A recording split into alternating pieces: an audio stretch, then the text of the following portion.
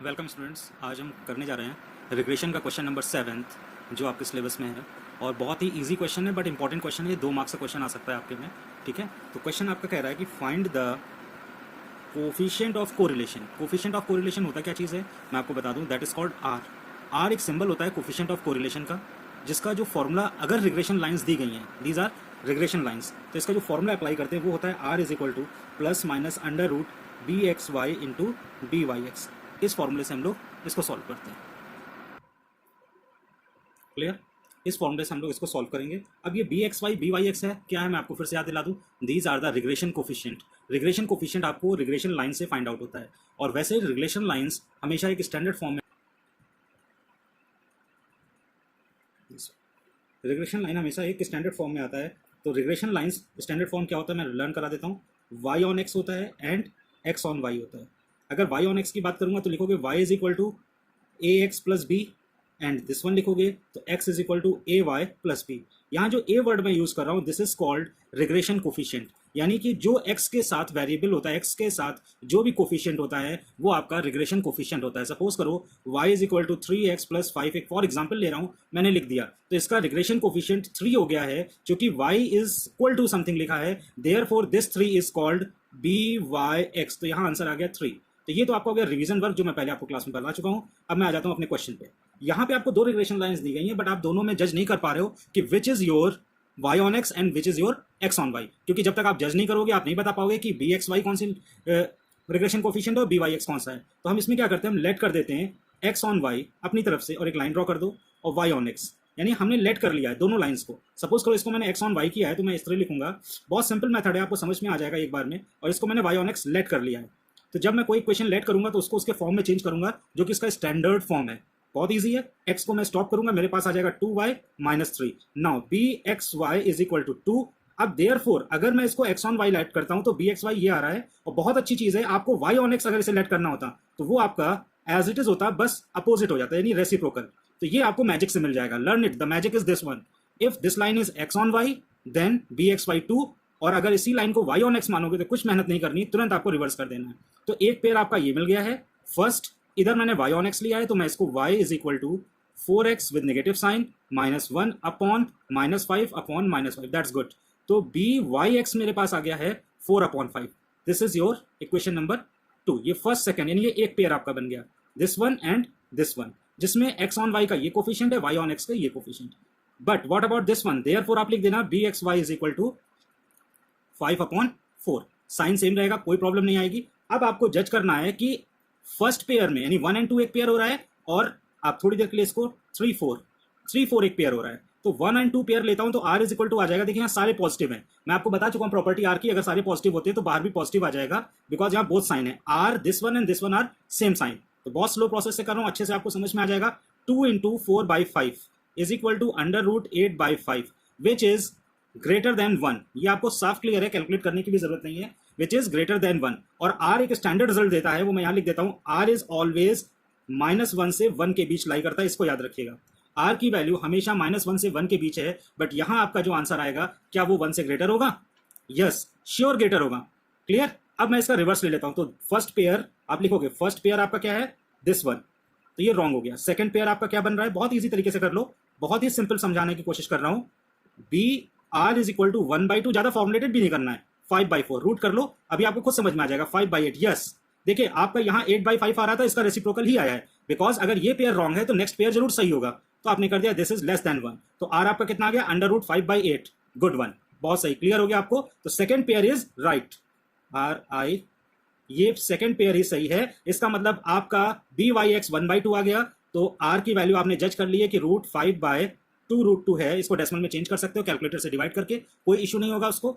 इसके बाद आपको लिखना है कि सर इक्वेशन 1 जो है ये बी वाई एक्स है। इक्वेशन 1 बोलेगा तो ये फर्स्ट वाला, इसको मैं ए दे देता हूँ, equation a is y on x, और इक्वेशन बी को मैं दे देता हूँ एक्स ऑन वाई। यानी आपने ये भी जज कर लिया कि कौन सी लाइन आपकी सही है। तो आप एक काम कर सकते हो, आप अपने एग्जाम में पेंसिल अगर रखते हो तो टीचर को ये शो करा सकते हैं कि ये कैंसिल हो गया मेरा, ये कैंसिल है, ये पेयर मेरा सही है, second pair is right. Complete. फिर से देखते हैं एक नया क्वेश्चन, और इसको थोड़ा स्पीड में देखेंगे, बहुत ईजी है। आपको ये क्वेश्चन दिया हुआ है, लेट आप कर लो, x on y 3x plus 4y minus 7 is equal to 0 and y on x 4x plus y minus 5 is equal to 0. Therefore, x is equal to minus 4y plus 7 upon 3 upon 3. bxy is equal to minus 4 by 3. Therefore, byx is equal to minus 3 by 4. Simple. Now, y is equal to 4x negative sign plus 5. Constant से हमको कोई भी मतलब नहीं है. byx is equal to minus 4. therefore bxy is equal to minus 1 upon 4. अब कुछ बच्चे बहुत अच्छे से कर सकते हैं. ये मेरा फर्स्ट पेयर है, first pair is this one. ये मेरा फर्स्ट पेयर है, ये सेकंड पेयर है. अगर आप इसको ओरल जज कर पाओ तो और अच्छा है. देखिए इसका इंटू होगा तो 16/3 आएगा, और जाहिर सी बात है 16/3 इज ग्रेटर देन 1, तो आप इसी को जज कर लो. Second pair r is equal to minus under root minus 3/4 into minus 1/4, that is called minus 3/4 root 3/4, because ये आ जाएगा under root 3/16. तो यही आपका आंसर है. तो आपने क्लियर कर लिया. तो सेकंड पेयर फिर सही हो गया आपका, यानी y on x कौन सी लाइन है जरा मुझे जल्दी से बता दो. Yes, 3x plus 4y minus 7 is equal to 0. ये y on x है. और x on y कौन सी लाइन है जल्दी बताओ. x on y ये है, यानी 4x plus y minus 5 is equal to 0. ये आपने एग्जाम में अपने 2 मार्क्स 100% श्योर कर लिए हैं, अगर ये आपको समझ में आ गया है देन. क्लियर. अच्छा, एक छोटा सी चीज मैं अपनी तरफ से पूछता हूं. What is the regression coefficient of this pair. तो इस पेयर का रिग्रेशन कोफिशिएंट वही होगा जिसकी वजह से आर वैलिड हो रहा है. तो रिग्रेशन कोफिशिएंट ये है, this one. These are the regression coefficient. Complete. That's good. Yes, our next question is 9th question number. इसमें आपको मीन और स्टैंडर्ड डिविएशन क्वेश्चन में गिवन होगा. आपको एक्स मैथ्स और फिजिक्स 2 डेटा दिए जाएंगे जिनका मीन और स्टैंडर्ड डिविएशन गिवन होता है. आपको कॉलम वाइज टेबल बना के इस तरह भी क्वेश्चन में दे सकते हैं, और हो सकता है बिना क्वेश्चन बनाए कि थ्योरी पार्ट में यानी प्रॉब्लम सम्स में दे दें. तो कोई रिस्क नहीं है, बहुत ईजी है. आपको करना क्या है, सिंपल क्वेश्चन करना है. पहले तो आपको मालूम होना चाहिए कि मीन और स्टैंडर्ड डिविएशन अगर देते हैं तो फॉर्मुला कौन सा यूज करते हैं. तो फॉर्मुला हम लोग यूज करते हैं, अगर एक्स ऑन वाई, इधर देखिए राइट साइड अपने स्क्रीन के, एक्स ऑन वाई है तो x minus x bar is equal to r dot sigma s d x upon s d y. ये स्मॉल सिग्मा होता है, इसको हम लोग स्टैंडर्ड डिविएशन भी बोलते हैं. वाई माइनस वाई बार, और वाई ऑन एक्स के लिए क्या यूज करते हैं, दैट्स कूल, सिमिलर रहता है, कुछ नहीं है. वाई पहले आ रहा है तो s d y upon s d x और x minus x bar. These are the 2 regression lines which can calculated by the help of given data. Because r भी given है क्वेश्चन में, regression, और आपने standard deviation भी given है, ये भी. अब मैं आपको बताता चलूं कि बिना रिग्रेशन कोफिशिएंट के कोई भी इक्वेशन कंप्लीट नहीं होती है. तो रिग्रेशन कोफिशिएंट के बगैर नहीं कंप्लीट हो रही है. तो सर इस लाइन में रिग्रेशन कोफिशिएंट कहां छुपा दिया आपने, बिकॉज सर ये तो मीन है, ये भी मीन है. यस, मैंने यहां छुपा दिया. This is the regression coefficient of x on y. तो मैं इसको लिखूंगा bxy is equal to r dot SDX upon SDY. This is regression coefficient with the relation of standard deviation and correlation coefficient. ऐसा नहीं है standard deviation की help के बगैर regression coefficient नहीं निकल सकता. अभी पिछले क्वेश्चन में मैंने निकाला है, लेकिन उसमें हमें regression lines given थी, और या फिर वो हमको रफली डेटा देगा. तो रफली डेटा यहां नहीं दिया हुआ, यहां मीन और स्टैंडर्ड डिविएशन दिया है. डेटा का मतलब है आपको रफ डेटा देना, जैसे 3, 4, 5, 6 इस तरह का डेटा दे कि मैथ्स में कितने मार्क्स हैं और फिजिक्स में कितने मार्क्स हैं, एक एक सब्जेक्ट वाइज. जैसे 5 पेपर्स हुए तो हर पेपर का मार्क्स देना. अब आपको BYX कितना हो जाएगा जल्दी बोलो. यस, आपने अब तक लर्न कर लिया है, standard deviation y upon standard deviation x. Clear हो गया आपका. यहां पे जरा मैं रिवाइज कराता हूं. r का फॉर्मूला क्या आता है, plus minus under root, yes yes, bxy into byx. एकदम करेक्ट. r bxy और इन सब का साइन कैसा रहता है, सेम रहता है. अगर ये पॉजिटिव तो ये पॉजिटिव एंड ये भी पॉजिटिव, तो बाहर साइन क्या लगना है इसका कोई टेंशन नहीं है. लेकिन ये क्वेश्चन थोड़ा अलग है. यहां पे आपसे कह रहा है कि estimate the likely marks in the physics, यानी आपको फिजिक्स के मार्क्स एस्टिमेट करने हैं, फिजिक्स के मार्क्स निकालने हैं. और जबकि मैथमेटिक्स गिवन है, तो जो चीज आपको पहले से डिसाइडेड हो गई है वो तो इंडिपेंडेंट है, उसको तो कोई भी, आपने कहा कि ठीक है फिजिक्स के मार्क्स आपको नहीं मालूम है, वो किस पे डिपेंड हो गए, मैथ्स के मार्क्स पे. अगर उसने 92 दिया है तो इसमें मार्क्स बदल जाएंगे, फिजिक्स के 90 होते तो मार्क्स अलग होते. तो ठीक है, मैं जज कर लेता हूं कि अगर उसके मैथ्स में 92 मार्क्स आ रहे हैं तो फिजिक्स में कितने आए होंगे. चलिए, तो we need to know the physics marks when maths marks is given. Therefore मान लेता हूं कि फिजिक्स को y से डिनोट कर दिया और मैथ्स को x से डिनोट कर दिया, तो y is dependent on x. तो ये स्टेटमेंट आपके लिए बहुत इंपॉर्टेंट है समझना. नहीं समझ में आ रहा है तो 2-3 बार इसको देखिए और समझ जाएंगे कि जब कोई चीज आपको गिवन नहीं होती है तो वही उस पर डिपेंड हो जाएगी, किस पे, आने वाले पे, यानी जो गिवन है उस पे. Now regression line y on x हो जाएगा, तो y माइनस वाई बार, ये फॉर्मुला लगा दीजिए. यहां byx देखिए रिग्रेशन कोफिशिएंट आ गया, बट byx को कहीं गिवन नहीं है आपको, तो कैसे आप फाइंड करोगे, बहुत आसान है. ये फॉर्मुला आप लगा दोगे, इसमें सारा डेटा आपको गिवन है, आप डायरेक्ट यहाँ फॉर्मुला में रख दीजिए. सिंप्लीफाई करेंगे, इसको मल्टीप्लाई किया दिस वन, और ये पूरा डेटा उठा के मैंने 84 से भी मल्टीप्लाई कर दिया. 7 12 मल्टीप्लाई यूज करिए. अगर आप ISC बोर्ड के स्टूडेंट हैं और क्वेश्चन देख रहे हैं तो कैलकुलेटर अलाउ है, और CBSE बोर्ड के हैं तो और खुश हो जाइए, उसमें सिलेबस में नहीं है आपके. तो y minus 81 this one equal to this, आप ऐड कर दीजिए, आपको एक रिग्रेशन इक्वेशन मिल जाएगी. This is your regression equation y on x. बस यही आपको फाइंड ही करना था मेहनत करके. अब आपके पास सारा काम कंप्लीट हो गया। अब आपसे कह रहा है x इक्वल टू 92 है, तो x 92 गिवन है ना, और y फाइंड करना है, तो आपने बनाया भी तो यही है y ऑन x करके। ऐसा थोड़ी कि सर आपने x ऑन y बना दिया है, आपने y ऑन x, क्योंकि आपको पहले दो आइडेंटिफाई दे दिया गया है। यही रिग्रेशन का मेहनत का काम है, रिग्रेशन इसी चीज को क्लियर करता है। आप 92 रख दो, मल्टीप्लाई करो, डिवाइड करो, कैलकुलेट करो, 84.9, this is your required answer. Clear? बहुत अच्छा, थैंक यू। नेक्स्ट क्वेश्चन है फ्रेंड्स हमारा क्वेश्चन नंबर 20। क्वेश्चन नंबर 20 ये कहता है कि अगर आपको कोई डेटा दिया जा रहा है, डेटा आपको इस फॉर्म में भी मिल सकता है, पेयर्स के फॉर्म्स में, यानी x y x y x y, तो आप उसको इस तरह के कॉलम्स में बना लेंगे। यानी एक्स का डेटा सबसे पहले वाला एक्स का डेटा एक्स के कॉलम में आएगा, वाई का डेटा वाई के कॉलम में आएगा। और बिल्कुल ऐसा ही क्वेश्चन आपको मिल सकता है कि एग्ज़ाम में आपको पहले से डेटा दिया जाए, यानी एक्स और वाई इस फॉर्म में, देखो दिस वन, यहाँ 3, 5, 7, 12, 16, 40, 26, 33 या 30। अब आपका ये x हो गया कॉलम, ये y कॉलम हो गया। तो सेम अगर आपको फॉर्मेट मिल रहा है तो टेंशन की बात नहीं है, ये ज़्यादा टफ था तो मैं इसे सॉल्व कर दे रहा हूँ, फिर रिग्रेशन आपका कंप्लीट हो जाएगा। सबसे इजी, आप x बना लीजिए, y बना लीजिए। इस क्वेश्चन में कहा था कि आपको ये एक डेटा गिवन है, तो कैलकुलेट करो कि estimate the value of y when x is equal to 14। Second part था estimate the value of y when x is equal to 10, estimate the value of x when y is equal to 5। ये 3 part मैंने लिखे हैं क्योंकि जो new book है उसमें केवल एक पार्ट दिया है, बट जो 1 ईयर ओल्ड बुक पढ़ रहे हैं उनमें ये 2 पार्ट दिए हुए थे, तो मैं तीनों पार्ट एक साथ सॉल्व कर दे रहा हूँ, इसलिए कोई कन्फ्यूजन नहीं है। यहाँ y और x गिवन है, y फाइंड करना है, इसके मतलब ये सिंबल बताता है y ऑन x को, ये बताता है y ऑन x को, और ये बताता है x ऑन y को। तो इसका मतलब मुझे सारे क्वेश्चंस के पार्ट करने हैं, बट अगर किसी क्वेश्चन में केवल ये पार्ट आता है तो आपको x ऑन y इक्वेशन निकालने की ज़रूरत नहीं पड़ेगी। क्लियर है? चलिए, बहुत अच्छी बात है। नेक्स्ट स्टार्ट करते हैं हम लोग। ये हमारा 1 2 3 डेटा दिया हुआ है, y गिवन है, आपको कुछ नहीं करना है, बस ये टेबल याद करनी है। x y गिवन है, एक्स वाई करिए, एक्स स्क्वायर करिए, वाई स्क्वायर। क्लियर? सारे कॉलम्स बन जाएंगे। स्क्वायर का मतलब आप समझते हैं, 1 का स्क्वायर, 2 का स्क्वायर, 3 का स्क्वायर, सबका समेशन कर लो। और फॉर्मूला अगर लर्न होगा तो 2 मिनट में क्वेश्चन हो जाएगा। रिग्रेशन इक्वेशंस मैंने पहले एक्स ऑन वाई फाइंड किया है, बिकॉज मैं थर्ड पार्ट यहाँ लिखा था तो उसको कर दे रहा हूँ। तो x minus x bar y y x y, this one. Formula b x y का ये होता है, मैं अपने फर्स्ट चैनल में आपको फॉर्मूला बताया था, फिर लर्न कर लीजिए। वैल्यू पुट कर दीजिए according to the given conditions, जो वैल्यूज गिवन है सब रख दीजिए। सिंप्लीफाई करेंगे 72/216 यानी इज इक्वल टू 0.333 आ जाएगा।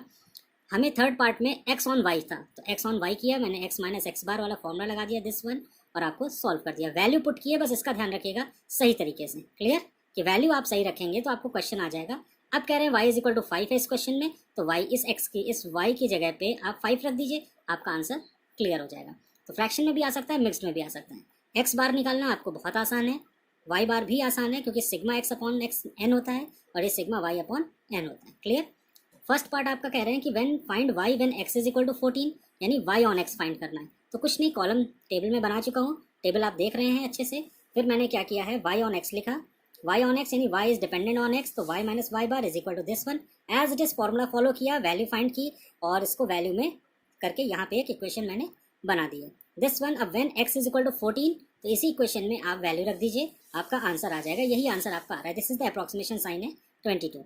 और ये आपका, अगर आप फ्रैक्शनल नहीं करेंगे तो अप्रॉक्स भी नहीं आएगा, एक्यूरेट आंसर आएगा। Now when x is equal to 10 रख दीजिए, आपको ये आंसर मिल जाएगा।